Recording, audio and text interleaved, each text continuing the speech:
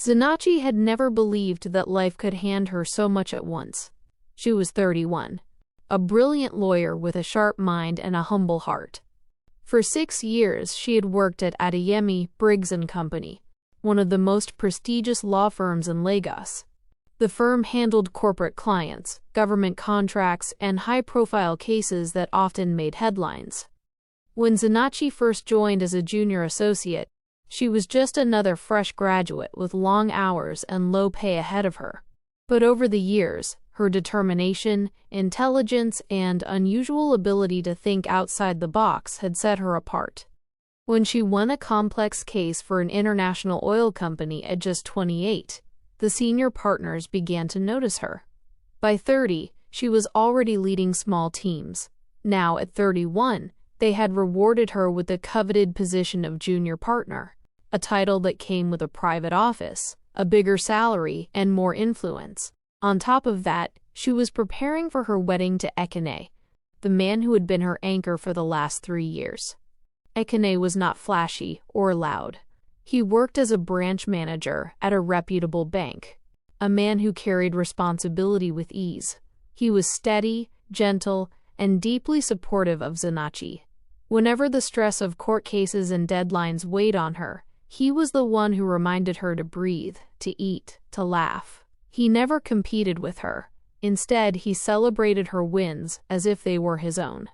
It was the kind of partnership that people admired, the kind of love that made colleagues whisper, "She's lucky," and sometimes, "I wish I had what she has."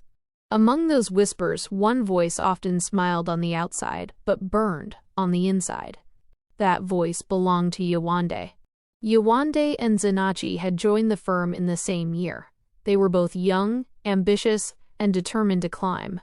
On paper, they were equals, but in practice, Zanachi's star rose faster.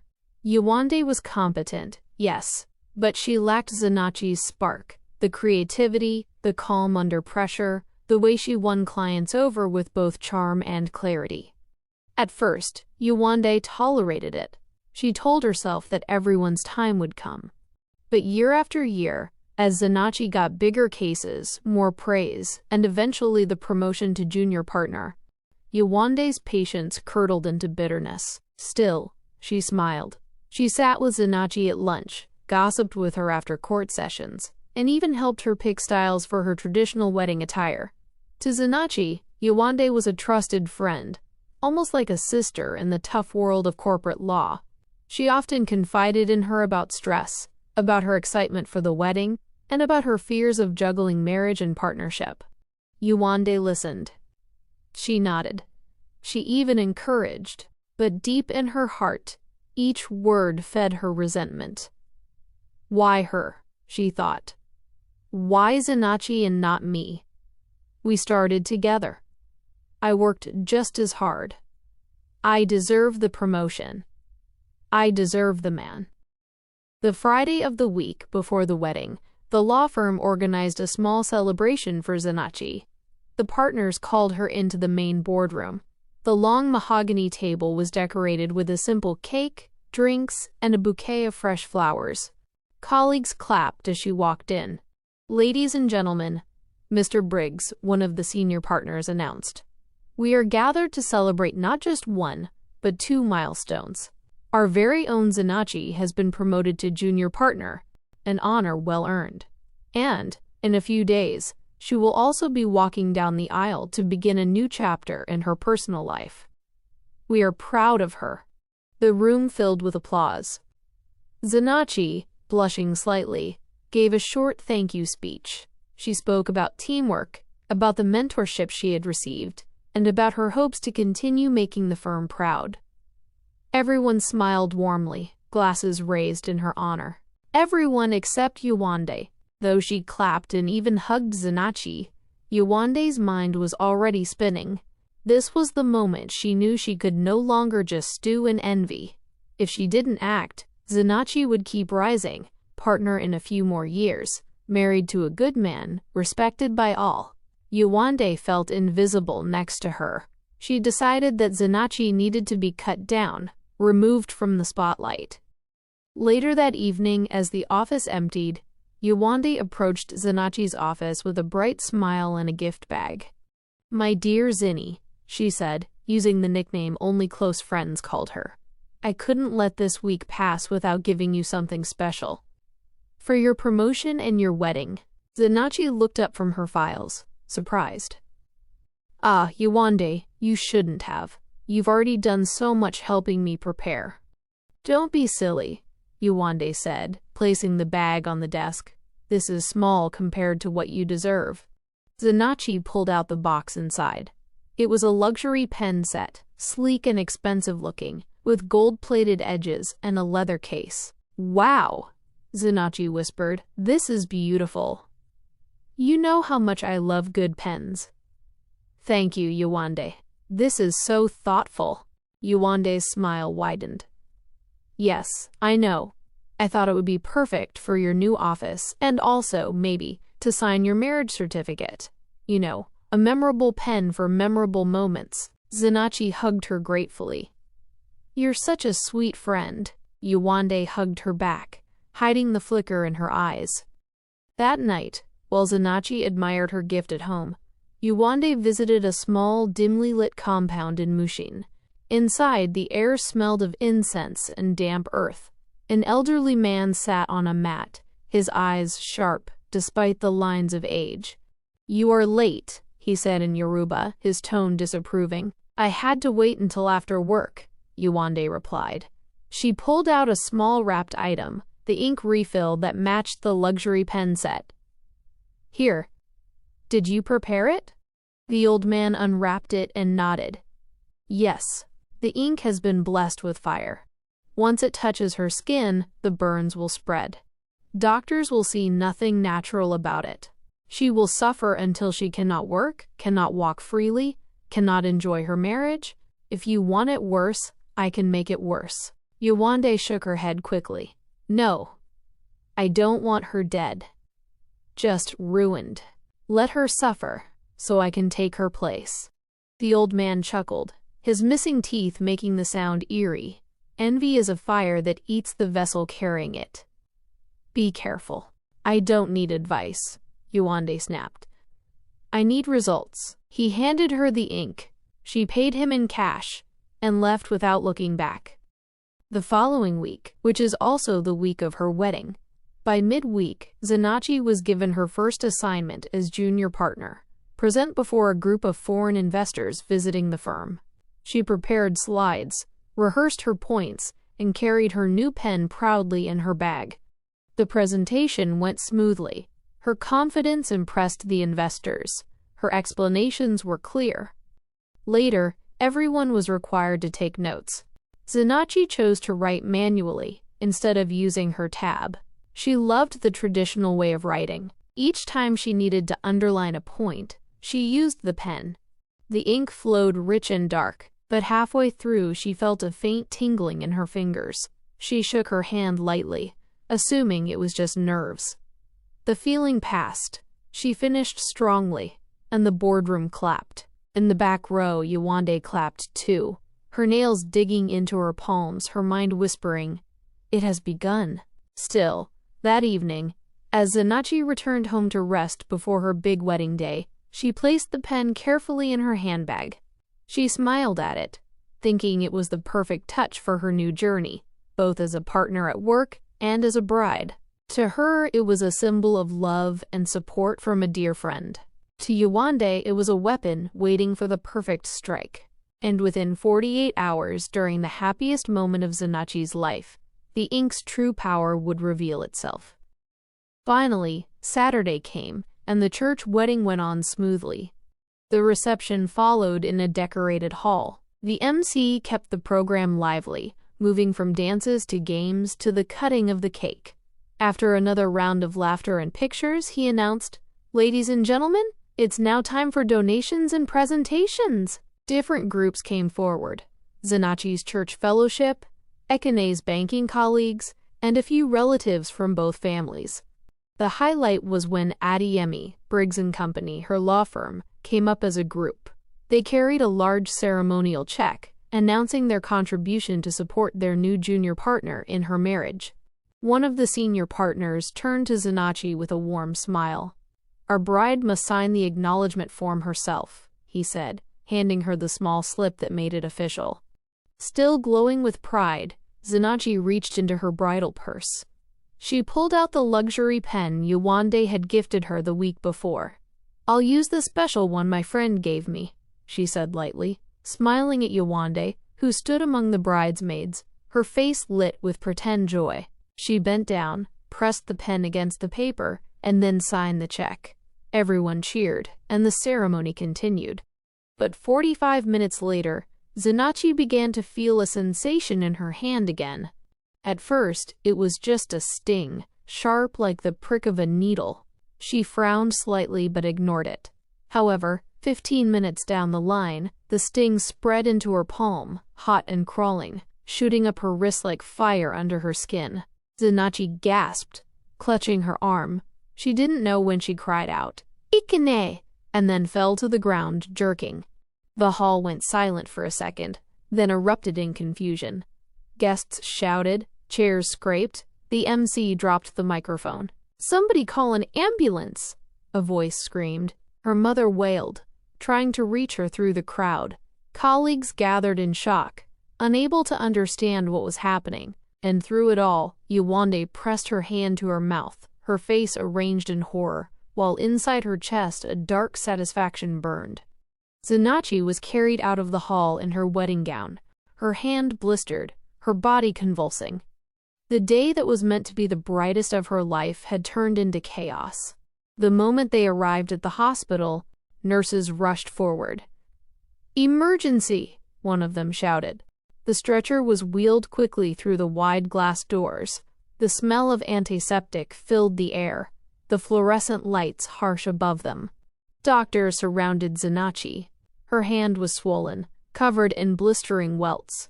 The redness had already spread up to her elbow. She was sweating, her breathing shallow. "Severe allergic reaction?" one doctor asked.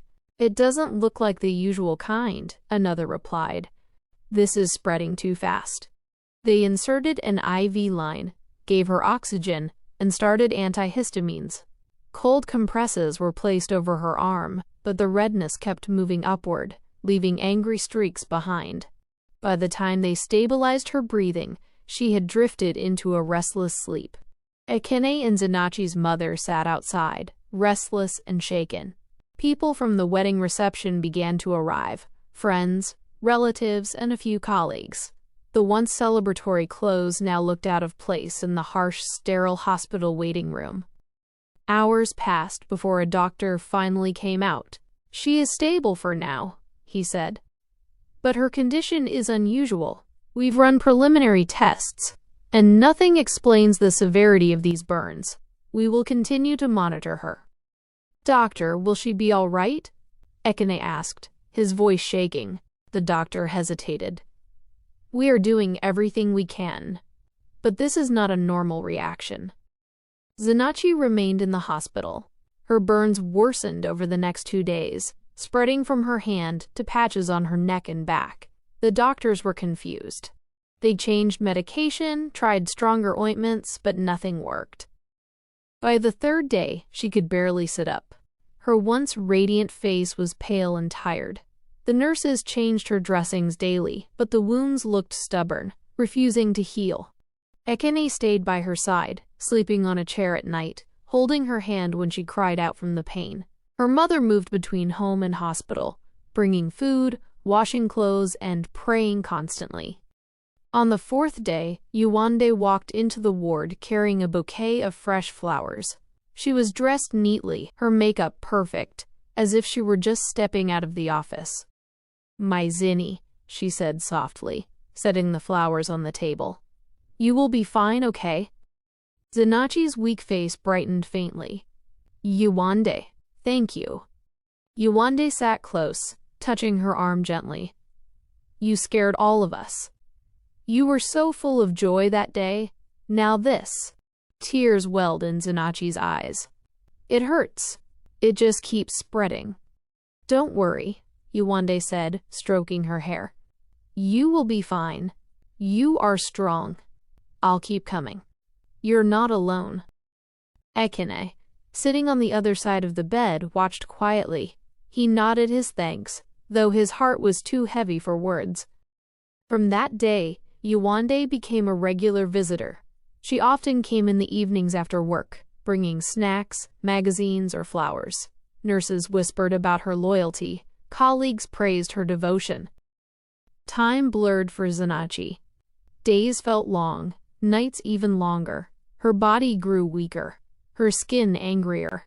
She hardly recognized herself in the mirror. Sometimes she cried in Ekene's arms. Sometimes she simply lay silent, staring into the ceiling, too tired to speak. Ekene never stopped coming. He left work early every day, spent nights on the uncomfortable chair beside her bed, holding her hand. He reassured her even when he was broken inside. Her mother prayed constantly, muttering into the night as she sat by the bed. Through it all, Yewande kept coming, her face always the mask of a loyal friend. She adjusted Zenachi's pillows, cracked small jokes, even updated her about the firm's gossip. Everyone praised her. But when she looked at Zenachi's sores, a small smile would sometimes flicker at the corner of her lips. News of Zenachi's condition spread through the law firm. At first, everyone expected she would recover soon and return. But as the days stretched into weeks, and her health did not improve, murmurs began in the corridors. Who will handle her cases? Can we keep waiting? Finally, at a partners' meeting, the decision was made.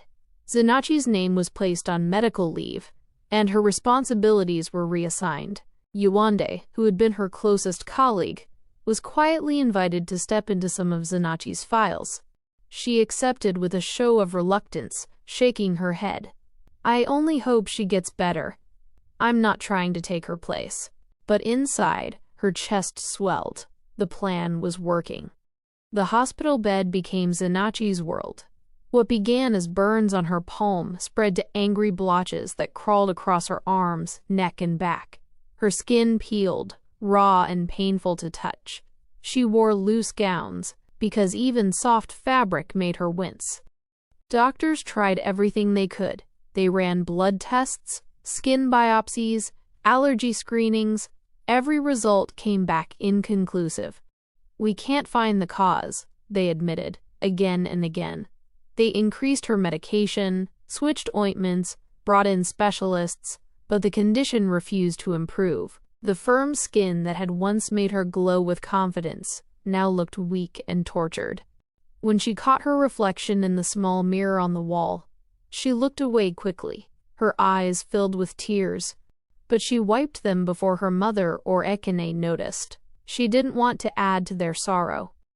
Ekene remained steady. He went to work in the mornings, rushed back in the evenings, and spent every night at the hospital. Sometimes he sat silently, holding her hand. Other times he read aloud from the newspaper, trying to distract her from the pain. Nights were the hardest. Zenachi would lie awake, staring at the ceiling, her skin itching and burning. Sometimes she cried silently so as not to wake Ekin. Other times the pain forced sobs from her throat until he held her close, whispering words she hardly heard. She longed for her office, her files, her freedom. She missed the rush of courtrooms, the satisfaction of arguments well made. But her world was reduced to white walls, antiseptic smells, and the steady beeping of monitors.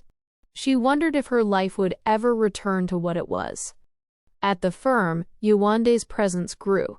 Files once handled by Zenachi now carried her name. She stood at meetings, presented confidently, and signed documents that once passed across Zenachi's desk. The partners commended her commitment, and though they reminded her she was only holding the seat temporarily, the recognition pleased her. She acted humble in public. "I'm only standing in until Zinni is back," she told colleagues. But in private, when she looked at her reflection, she saw herself as what she had always wanted: partner, leader, the center of attention. 3 months after Zenachi's collapse, the firm made an announcement. The board agreed to make Yewande a junior partner to fill Zenachi's space. Though they couldn't completely terminate Zenachi's appointment, because they knew she had been a great asset. They decided to consider her absence as a long medical leave and hoped she would be back with them. Then, on the 6th month of Zenachi's stay at the hospital, a new nurse named Grace was posted to the hospital. She was assigned to Zenachi's ward and immediately noticed the unusual nature of her wounds. The burns were not healing in line with the treatment being given. Sometimes they reduced slightly, only to flare up the next day in worse form.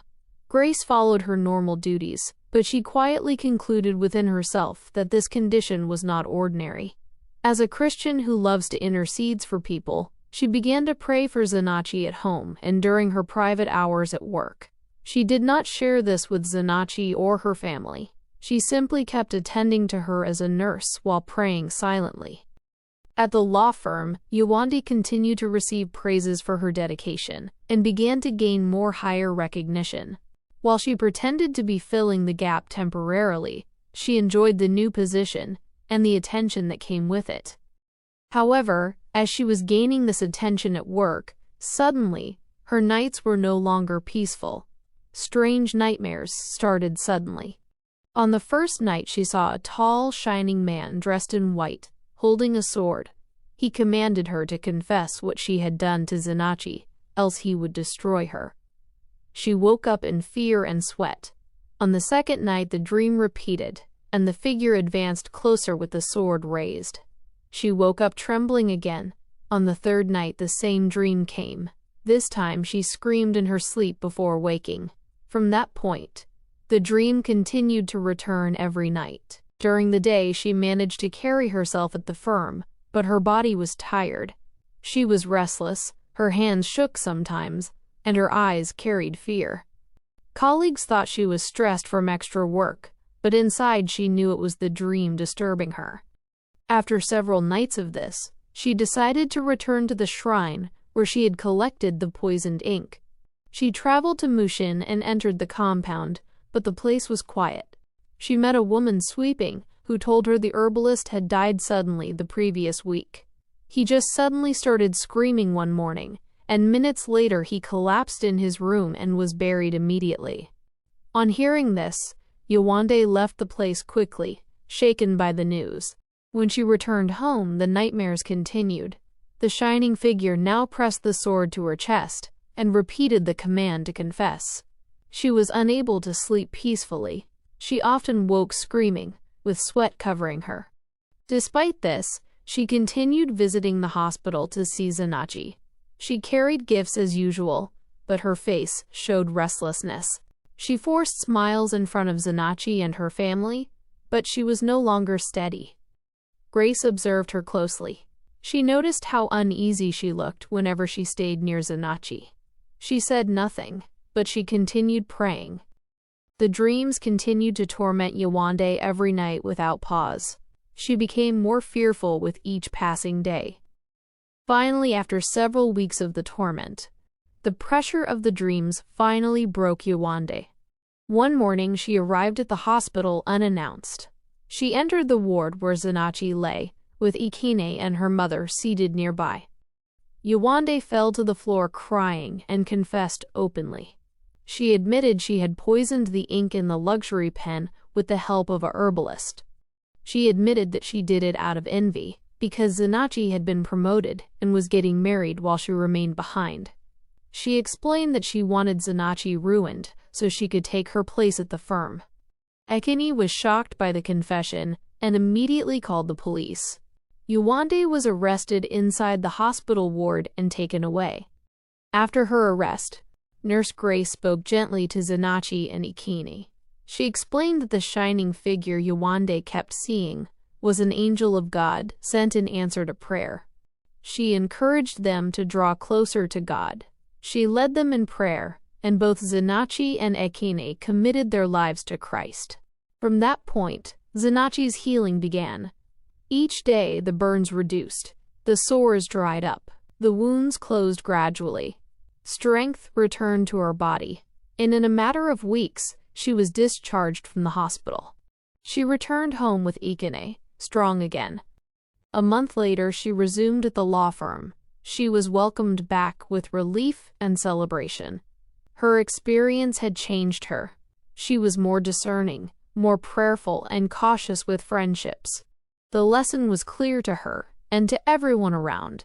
Envy in close friends can be dangerous. Fake friends may appear loyal, but they may secretly plan evil. She also knew the importance of staying close to God, because only His power had exposed the hidden hand behind her suffering. The end. I hope you enjoy this story and have learned something from it. Then subscribe to Auntie Ray's Folktales for more interesting and captivating stories like this. Thank you. I'll see you in my next story. Bye.